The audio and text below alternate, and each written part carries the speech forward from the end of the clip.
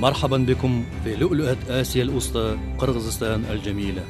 إن الجمهورية القرغيزية بلد رائع مشهور بطبيعته الخلابة وكرم أهله الذي يعود إلى العصور القديمة. تحتوي قرغيزستان على جميع المعالم الطبيعية، فهناك الأنهار الجليدية والجبال والصخور وأشجار العرعر النادرة وأشجار الجوز وغابات الصنوبر. يمكنك الاستمتاع بالمواسم الأربعة كلها.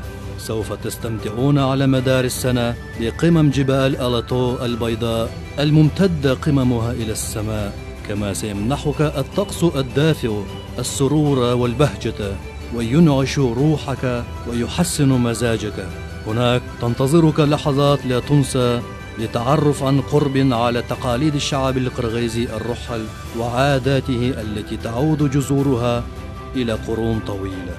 وهناك المراعي الخضراء المضاءة بنور الشمس والتي تفتح أذراعها لكل ضيف وتكشف عن المساحات المذهلة وتحكي لك الأساطير عن طريق الحرير العظيم. وسوف تتمتع بكرم الضيافة من أهل البلد وطابعهم المنفتح المميز. هناك بحيرات جبلية لا تتجمد في الشتاء، ويمكن اختبار القوة بتجربة السباحة والتجول بين الجبال على مسافات طويلة.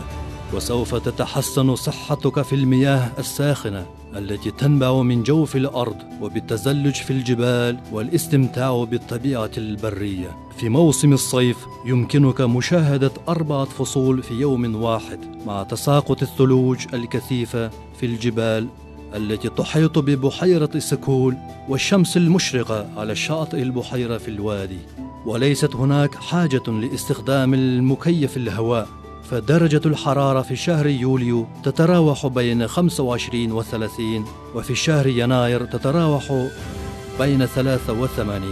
وسوف تستمتع بالمشي على طول الأنهار الجبلية المنحدرة من قمم الجبال حتى تصل إلى المروج التي ترتع فيها النمور البيضاء على الصخور الشامخة.